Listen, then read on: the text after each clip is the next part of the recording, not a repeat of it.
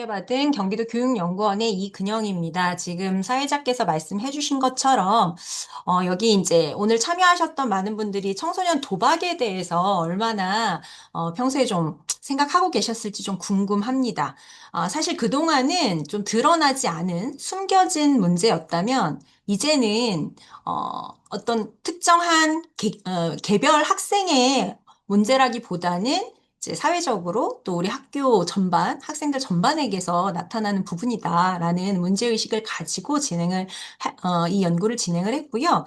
이 연구는 경기도교육청 생활교육과에서 의뢰해 주셔서 본 연구원의 현안 보고로 수행된 연구의 내용 중에 일부를 가져온 것입니다. 그래서 오늘 내용을 좀 들어보시고 더 궁금하신 분들은 저희 홈페이지 연구 보고서 안에 그 전체적인 연구 보고서가 들어가 있으니까요. 참고를 해주시면 좋겠습니다.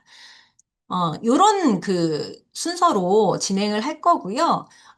뭐 몇몇 연구 내용들 중심으로 말씀을 드리겠지만 오늘 여러분들과 함께하고 싶은 거는 이 부분에 대해서 우리 교육 현장에서 학교에서 왜 접근을 해야 하는가에 대한 부분들, 그냥 사회가 알아서 해야 할 부분들이 아니라 학교에서도 함께 대응해야 한다라는 부분들의 필요성을 좀 강조드리는 그걸 위해서 우리 연구자들, 그리고 교육 현장의 선생님들, 또 경기도 교육청은 어떤 노력을 해야 될지, 이런 부분들을 말씀을 드리는 게 주된 목적입니다.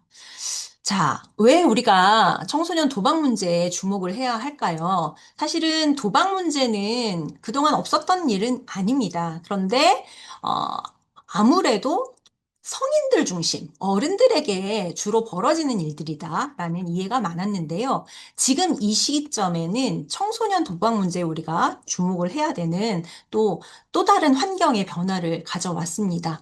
예상하시다시피 청소년 도박 문제에 더 주목하게 해야 하는 가장 큰 환경의 변화는 온라인 환경이 너무나 확산됐고 그 부분들이 청소년들에게는 도박이라는 게 더 이상 문턱이 높지 않은 그런 문제로 접근하게 되는 가장 강력한 환경의 변화였다. 온라인 도박이 이제 확산이 되고 있는데 문제는 온라인 도박으로 사실 성인들은 많은 분들이 또 온라인 도박 진행하고 있습니다. 그런데 성인들은 성인 인증 절차를 거쳐서 참여를 하게 되는 그런 부분들이 불법 온라인 도박 사이트에서는 성인 인증 절차 없이 청소년들도 얼마든지 쉽게 접근할 수 있기 때문에 그런 우리가 알지 못하는 불법 온라인 도박 사이트들이 너무나 만연되어 있고 확산되어 있고 하나를 통제해서 차단을 하면 또 다른 게 또 생기고 하는 부분들. 그래서 청소년들에게 있어서 더 이상 온라인 도박은 더더군다나 성인보다도 더욱더 접근성을 높이는 문제가 되고 있다. 라는 부분이고요. 그러다 보니 청소년 도박이 예전에 비해서 경험률이 높아지고 더 중요한 건 점점 더 청소년 도박에 접근하는 아이들의 연령이 낮아지고 있다는 것입니다. 그래서 이제는 초등학생들에게 있어서도 온라인 도박이나 그 청소년 도박이 결코 다른 나라 이야기 그리고 다른 학생들의 이야기가 아니라 그 저연령화되고 있는 청소년 도박의 부분들도 우리가 좀 심각하게 받아들여야 한다라는 이런 문제 의식을 가지고 본 연구가 시작이 되었고요.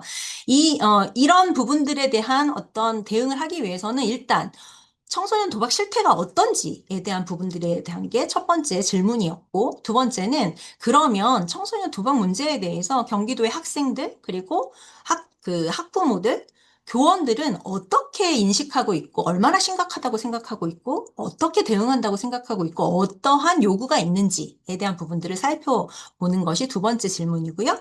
세 번째는 이러한 모든 내용을 바탕으로 어떻게 대응할 것인지에 대한 구체적인 정책 방향과 과제를 모색하는 것입니다. 뭐 연구 추진은 다양한 연구 방법론을 통해서 진행을 했고요. 자, 궁금하실 겁니다. 도박은 뭘까? 경험적으로 알고 계신 부분들이 있겠지만 사실 사행산업통합감독위원회 처음 들어보신 분들도 계실 거예요. 우리나라에서 도박은 사행산업으로 관리되는 업종입니다. 불법이 아니거든요. 그런데 사행산업통합감독위원회에서 도박을 어떻게 정의했냐면 우연에 의해서 결정되거나 결과가 불확실한 각종 게임이나 놀이에 돈이나 돈으로 환산할 수 있는 것을 거는 행동 이렇게 정의를 하고 있습니다. 특징이 네 가지예요. 하나는 결과를 알 수 없다. 우연성이죠. 예. 그리고 돈으로 환산할 수 있는 뭔가 가치 있는 것을 걸어야 합니다. 이게 두 번째 사행성입니다. 세 번째는 내가 건 것과 내가 딸 수 있는 것이 늘 일치하지 않는다. 그래서 이득과 손실의 비대칭성을 세 번째 특성으로 하고요. 여기 나와 있진 않지만 가장 중요한 특성은 중독성입니다. 그래서 이 도박이라는 부분들은 도박 문제, 도박 중독으로 이어질 수 있는 굉장히 위험한 행동들이다라는 부분들을 말씀을 드립니다. 어떤 것들이 있는지 궁금하시죠? 크게는 오프라인 도박과 온라인 도박으로 구분할 수 있는데요. 세부적인 내용을 보면 복권, 뭐 다 아실 겁니다. 그리고 카지노 게임, 화투, 스포츠 결과에 돈을 거는 거, 그리고 스포츠 과정, 경주에 돈을 거는 거, 그리고 미니게임, 요렇게 크게 6가지로 구분이 되는데요. 이 미니게임을 제외하고는 오프라인, 온라인 다 있습니다. 카지노 게임도 오프에서도 할 수 있고 온라인에서도 할 수 있고 그래서 굉장히 다양한 종류의 그 도박 유형이 있다. 그리고 앞서 말씀드린 것처럼 우리나라는 사행산업으로 관리합니다, 도박을. 그렇기 때문에 합법적인 부분들이 있고요. 합법 도박이 있으면 불법 도박이 있겠죠. 그래서 합법이라고 한다라는 건 국가가 관리하는 범위 내에서 카지노, 외국인들이 하는 것들 합법입니다. 그리고 강원랜드 가셔서 하시는 거, 합법입니다. 그리고 뭐, 로또를 사거나 스포츠 토토 할 수 있죠. 그런데 여기서 중요한 건 청소년들에게는 합법적인 게 하나도 없습니다.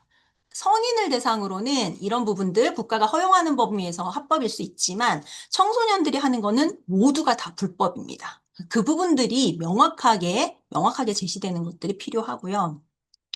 자, 도박이 더 문제가 되는 거는 이런 도박 행위가 더 이상 조절이 불가능해서 계속해서 도박을 지속하고 그것이 일상생활에 지장을 주는 상태가 되면 이걸 우리가 도박 문제라고 얘기를 합니다. 그래서 초기에는 빨리 인식을 해서 이 어떤 조절 훈련이나 이런 것 통해서 좀 벗어날 여지가 있지만 중독 단계에 이르면 제가 빨간색으로 해놨는데 브레이크가 고장난 차와 같이 굉장히 문제가 커집니다.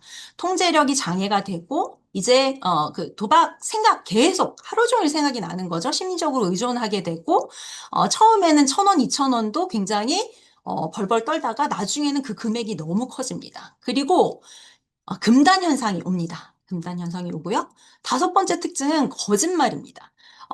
도박과 관련된 도박 치료를 다른 표현으로 하면 거짓말 치료라고도 하거든요. 도박과 관련된 부분들을 메꾸기 위해서 다양한 거짓말들을 하게 됩니다. 그래서 이 거짓말이라는 게 이 도박 문제와 관련된 굉장히 중요한 특징이다. 이거는 성인이나 청소년이나 다 드러나는 특징이거든요. 그런데 청소년 도박의 또 주요한 더 특징적인 부분은 무엇일까 봤을 때 앞서서 말씀드린 것처럼 온라인에서의 접근성이 굉장히 높다. 스마트폰 안 갖고 있는 친구 없고 또 인터넷 환경에 다 노출되어 있기 때문에 언제 어디서나 그리고 24시간 접근이 가능하다라는 부분이고요. 성인들에 비해서 이 도박 문제에 대한 심각성이 훨씬 더 덜합니다. 그냥 재미로 놀이 삼아 하는 부분들이 있기 때문에 이 심각성에 대한 인식을 조기부터 강조하는 것들이 되게 필요하고요. 가장 중요한 건 도박으로 끝나지 않고 다른 문제 행동을 동반한다는 겁니다. 도박 자금이 부족했을 때, 절도나 금품갈취나 이런 부분들이 있을 수 있고요. 그리고 빚을 갚기 위해서 또 다른 노력들을 하게 되고, 그게 범죄 행위까지도 연루되는 경우들이 많습니다. 사채나 이런 부분들까지도 접근을 하게 될 수가 있어서, 이런 부분들의 도박으로 인한 빚이나 이런 것들이 생기게 되면 청소년들의 일상생활, 뭐 학습은 말할 것도 없고 일상생활이 무너지고 앞으로의 건강한 성장을 위해서 아주 위험한 상황이 될 수 있다라는 부분 말씀드립니다. 관련해서 그러면 우리가 아무런 대응 노력을 안 하고 있느냐? 그렇지 않습니다. 여러 노력을 하고 있는데, 사행산업통합감독위원회에서 한국도박문제예방치유원이라는 가장 대표적인 기관을 설립을 했고요. 여기서 뭐 성인, 청소년 할 것 없이 도박 문제와 관련된 다양한 예방을 위한 노력, 재활과 치유를 위한 노력들을 하고 있고, 사행산업통합감독위원회 법이 별도의 법률로 제정되어서 노력을 하고 있습니다. 이게 한 부처만의 과업으로 해결할 수 있는 부분이 아니기 때문에 온라인 불법 도박 근절과 청소년 보호를 위해서는 교육부뿐만 아니라 법무부, 문체부, 보건복지부, 방송통신위원회, 경찰, 검찰까지 굉장히 범정부적인 노력들을 하고 있고, 특히 교육부는 예방교육과 관련된 책임을 좀 맡고 있습니다. 그래서 그런 노력들을 하고 있다는 걸 말씀드리고요. 경기도 교육청은 17개 시도교육청 중에 가장 최초로 학생 도박 예방교육 조례를 만들 정도로 이 부분들에 대한 문제의식이 있었습니다. 그래서 이 부분은 지금도 계속해서 학교에서 예방교육의 근거로 활용하고 있습니다. 그리고 학생 도박 중독 예방 및 대응 시스템 체계도를 경기도교육청에서 애써서 만들어서 지금 보급을 하고 있는데 이 부분들을 조금 더 내실화하고 실효성 있게 학교에 전달하는 것이 이제 앞으로의 과제가 될 것입니다. 자, 궁금하시죠? 어느 정도의 아이들이 청소년 도박을 접하고 있을까? 실태를 분석한 자료가 많지는 않습니다. 그런데, 좀 정기적으로 해왔던 것이 한국청소년정책연구원에서 청소년 매체 이용 및 유해 환경 실태 조사를 2년에 한 번씩 하고 있는데요. 2016년부터 도박성 게임 경험, 1년 동안 얼마나 이런 도박성 게임 경험이 있는지를 묻는 질문 딱 한 질문이긴 한데, 그 부분을 계속 지속해 왔습니다. 보시면 뭔가 줄어드는 느낌이 들기는 하는데, 사실상, 줄어들고 있을까에 대한 부분들은 여전히 퀘스천 마크입니다. 왜냐하면 실제적으로 현장에서 체감되는 거는 줄어든다는 근거는 별로 없기 때문에. 근데 여기서 확인할 수 있는 건 코로나 시기에 확실히 늘어났다라는 부분, 온라인 환경이 접근이 쉬워지면서 그런 부분들을 확인할 수 있었고요. 성별은 남학생이 여학생들보다 더 높긴 하지만 그것도 격차가 줄어드는 추세이고 학교급은 좀 주목해서 봐주셔야 될 것 같습니다. 처음 조사했을 때만 해도 고등학생들이 중학생, 초등학생 이런 순서로 나타났는데 이제는 초등학생들이 가장 또 높은 접근성을 그래서 저연령화가 분명히 이루어지고 있다라는 부분을 이해할 수 있을 것 같습니다. 가장 대표적으로 청소년 도박 실태 조사에 딱 포커스를 두어서 다양한 질문을 한 거는 한국도박문제예방치유원에서 작년에 한 조사인데요. 통계청의 국가 통계로 처음으로 진행을 했습니다. 안타깝게도 이 권역별 데이터만 저희가 받을 수 있어서 서울, 인천, 경기의 수도권 권역 그리고 전체에 대한 부분은 여기서 데이터를 저희가 얻고 본 연구를 통해서 경기도 중학생, 고등학생에 대한 부분은 또 별도 조사를 했습니다. 그래서 그 데이터를 좀 종합해서 말씀을 드리려고 합니다. 보시면 결론적으로 전국의 청소년들의 평생 도박을 해봤던 경험이 있는지를 물어봤을 때 4.9%, 수도권 4.4%, 경기도 학생들은 5.4% 정도가 나와서 약간 경기도의 학생들이 조금 더 경험률이 높은 것으로 보여집니다. 그리고 이런 평생 경험률이 있는 친구들 중에서 지난 6개월 동안도, 그러니까 현재까지도 지속하고 있는 학생들을 물어봤더니 경기도의 평생 경험이 있는 학생들 중에 30% 정도가 지금도 하고 있다라고 이야기를 하고 있기 때문에 이런 실태는 가볍게 봐서는 안 될 것 같습니다. 언제 시작을 하느냐, 청소년 도박을 평균 연령을 봤더니 수도권이 12.5세입니다. 예상하시다시피 이 12.5세는 초등학생 연령이거든요. 평균 연령이. 그만큼 처음 도박을 접하는 연령이 많이 낮아졌다. 이게 왜 중요하냐면 9세 이하의 도박을 시작한 청소년의 40.4%가 지금도 계속 도박을 지속하고 있고요. 선행 연구에 따르면 16세에서 18세에 시작한 청소년들의 경험률은 지속 경험률은 8.1%입니다. 보인다. 그래서 더 먼저, 더 어린 나이에 도박을 경험할수록 이 도박의 지속성은 높아진다. 그래서 조기 개입에, 예방, 그리고 조기 개입의 필요성을 아주 어, 증명하는 그런 결과라고 할 수 있겠습니다. 학교 내 학생들의 도박 문제 경험 실태 현황이 되게 다양한데 학생들이나 교직원들의 한 30% 정도는 우리 학교에서 학생들이 도박을 하는 것, 도박 문제로 힘들어하는 학생이 있다는 것, 도박 때문에 돈을 빌리거나 빌려주는 경험이 있다는 것들을 좀 들어본 경험이 있다. 라는 부분들. 그래서 현장에서는 실제 경험률보다도 훨씬 더 높은, 학생들이 응답한 것보다도 더 많은 학생들이 경험하고 있을 가능성을 유추해 볼 수 있습니다. 심각성에 대해서는 전반적으로 높게들 보고 계세요. 50% 이상, 학생들도 50% 이상, 그리고 학부모, 교직원들도 60% 이상이 심각하다라고 인식을 하고 있고요. 왜 시작을 할까? 학생, 학부모, 교직원 모두 재미삼아 호기심으로 한다라는 부분들이 높았습니다. 그런데 조금 세부적으로 들어가 보면 학생들은 용돈이 필요해서 그러니까 뭔가 금전적이고 현실적인 이유로 시작하는 아이들이 더 많았고요. 학부모나 교직원들은 어떤 환경, 미디어 환경이나 그 친구 관계나 뭐 이런 부분들 때문에 시작한다라고 인식하는 것들이 높았습니다. 지속하는 것도 학생들은 돈을 따는 게 재밌고, 그리고 뭔가 잃어버린 돈을 복구하기 위해서 이런 요소들이 좀 높았습니다. 그 도박으로 파생되는 문제는 너무나 다양하고요. 이미 학생들도 또 교직원들도 또 부모님들도 이 경제적인 부분부터 일상생활까지 다 파생되는 어려움이 높을 것이다라는 걸 공감하고 계셨습니다. 도박을 중단하게 되는 이유도 학생들은 도박으로 인한 경제적 문제가 많았고, 학부모나 교직원들은 뭔가 주변 사람의 지지나 격려들이 중단에 대한 요인으로 영향을 미칠 것이다 라고 인식을 하고 있었습니다.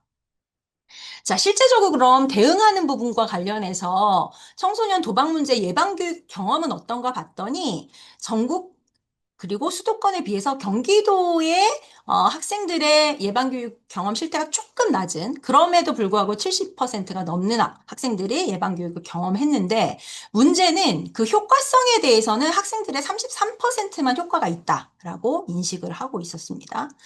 그리고 그 학생 대상이 아니라 학부모와 교직원 대상으로의 도박 문제 예방 교육이 필요한가, 경험했는가를 물어봤더니 학부모는 10%가 안 됩니다. 그리고 교직원도 절반이 안 되는 수만 경험을 했고요. 그런데 학부모들이 그 필요성에 대한 요구는 80%가 높습니다. 요구는 되게 높은데 실제적인 기회는 적기 때문에 이 부분도 우리가 대응을 해야 될 것 같습니다.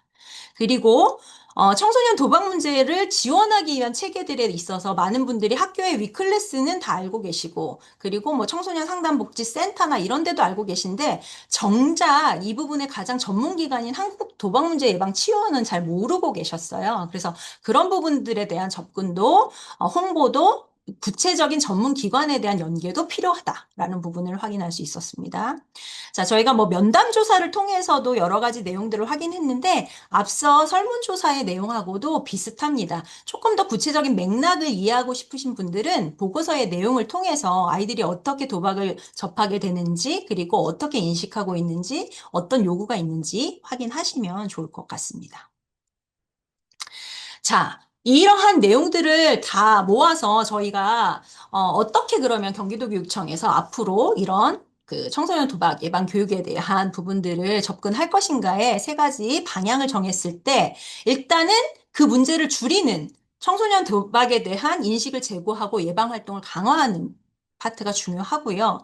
두 번째는 이미 발생한 부분들에 대해서 조기 발견해서 도박 징후들을 잘 캐치해서 신속하게 대응할 수 있는 체계를 활성화하는 것. 그리고 세 번째는 좀 더 거시적인 내용입니다. 이 청소년의 안전과 건강을 보장하는 도박 문제의 근본적인 근절을 위한 범정부적인 여러 관계부처와 함께하는 노력들이 필요하다라는 부분들의 정책 방향을 얘기를 했고요.